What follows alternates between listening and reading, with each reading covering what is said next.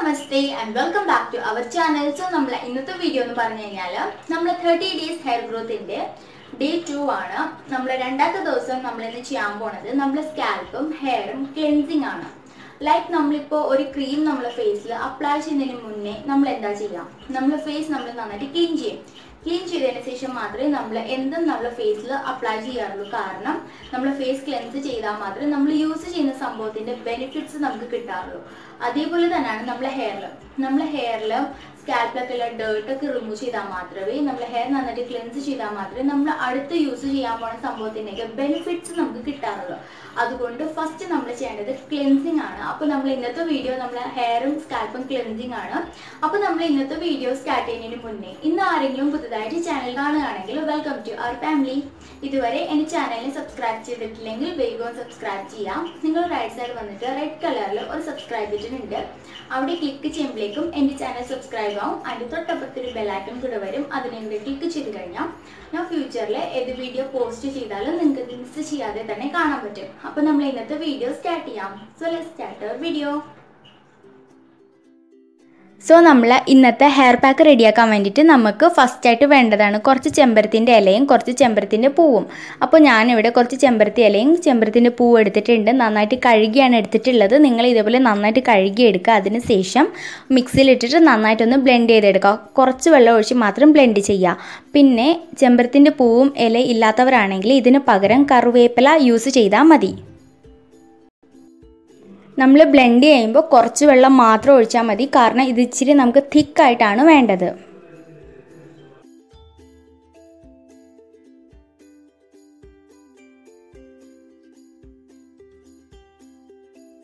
കണ്ടോ, നമ്മൾ ബ്ലെൻഡ് ചെയ്തെടുക്കുമ്പോൾ ഇത്രയൊരു തിക്നെസ്സിന് വരണം. എന്നാൽ മാത്രമേ നമുക്കിത് നന്നായിട്ട് അപ്ലൈ ചെയ്യാൻ പറ്റുള്ളൂ. സോ നമ്മൾ റെഡിയാക്കി വെച്ചിട്ടുള്ള നമ്മളെ ചെമ്പരത്തിൻ്റെ പാക്കിലോട്ട് നമുക്ക് ഒരു 5 ടേബിൾ സ്പൂൺ തൈര് ഇട്ട് കൊടുത്തിട്ട് നന്നായിട്ടൊന്ന് മിക്സ് ചെയ്യാം. പിന്നെ കറിവേപ്പില യൂസ് ചെയ്യുന്നവരാണെങ്കിൽ അതിലും നിങ്ങൾ തൈര് ഇട്ട് കൊടുക്കണം. തൈര് അല്ലെങ്കിൽ പച്ചപ്പാൽ ഇട്ട് കൊടുത്താലും മതി. ഇതിനെ നന്നായിട്ട് മിക്സ് ചെയ്തിട്ട് ഇനി നമുക്കിത് അപ്ലൈ ചെയ്യാം. സോ നമ്മൾ റെഡിയാക്കി വെച്ചിട്ടുള്ള ഹെയർ പാക്ക് നമ്മൾ ഹെയറിലോട്ട് അപ്ലൈ ചെയ്യുന്നതിന് മുന്നേ നമ്മളെ ഹെയറിൽ ടാങ്കിൾസ് ഒക്കെ ഉണ്ടെങ്കിൽ നമ്മൾ ആദ്യം അതിനെ റിമൂവ് ചെയ്യാം.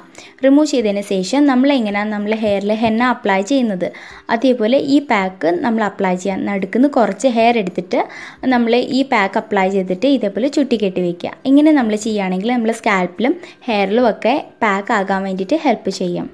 നമ്മൾ ഇതിൽ യൂസ് ചെയ്തിട്ടുള്ള ചെമ്പരത്തിയിൽ vitamin C and amino acid ഉണ്ട്.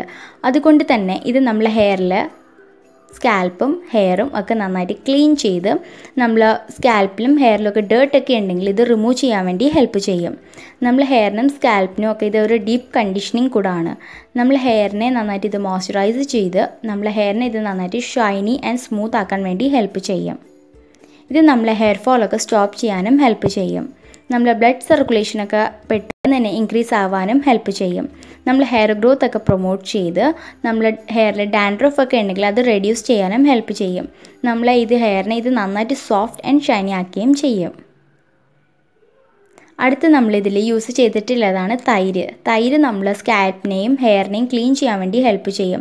നമ്മൾ സ്കാൽപ്പിനേക്ക് ഇത് നന്നായിട്ട് മോയ്സ്ചറൈസ് ചെയ്ത് നമ്മൾ ഡാൻഡ്രഫ് ഒക്കെ റെഡ്യൂസ് ചെയ്യാനും ഹെൽപ്പ് ചെയ്യും. ഇത് നമ്മളെ ഹെയറിനെ നന്നായിട്ട് സോഫ്റ്റ് ആൻഡ് ഷൈനി ആക്കുകയും ചെയ്യും. നമ്മൾ ഹെയർ ഗ്രോത്ത് ഒക്കെ ഇത് പ്രൊമോട്ട് കൂടെ ചെയ്യും. സോ ഈ പാക്ക് നമ്മൾ ഫുൾ ഹെയറിലും അപ്ലൈ ചെയ്തിട്ട് 20 മിനിറ്റ് വയ്ക്കുക. വച്ചതിന് ശേഷം നോർമൽ വാട്ടർ പച്ചവെള്ളത്തിൽ നമ്മൾ ഹെയർ വാഷ് ചെയ്യുക. ഷാമ്പു ഒന്നും യൂസ് ചെയ്യേണ്ട ആവശ്യമൊന്നുമില്ല. നോർമലായിട്ട് ഹെയർ വാഷ് ചെയ്താൽ മതി.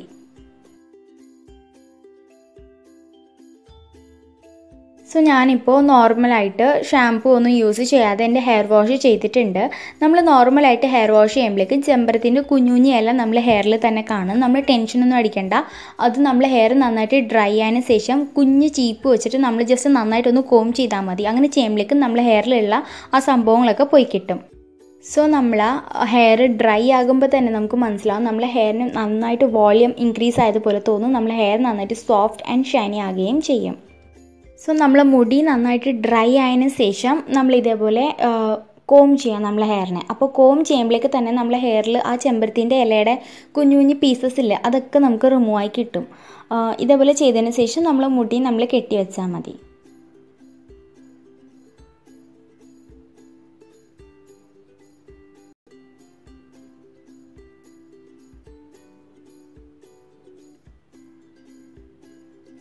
സോ ഇതാണ് നമ്മളെ ഹെയർ ക്ലെൻസിങ്. നമ്മളെ ഹെയറൊക്കെ ഇപ്പോൾ ഹെയറും സ്കാൽപ്പും ഒക്കെ ഇപ്പോൾ നന്നായിട്ട് ക്ലീൻ ആയിട്ടുണ്ട്.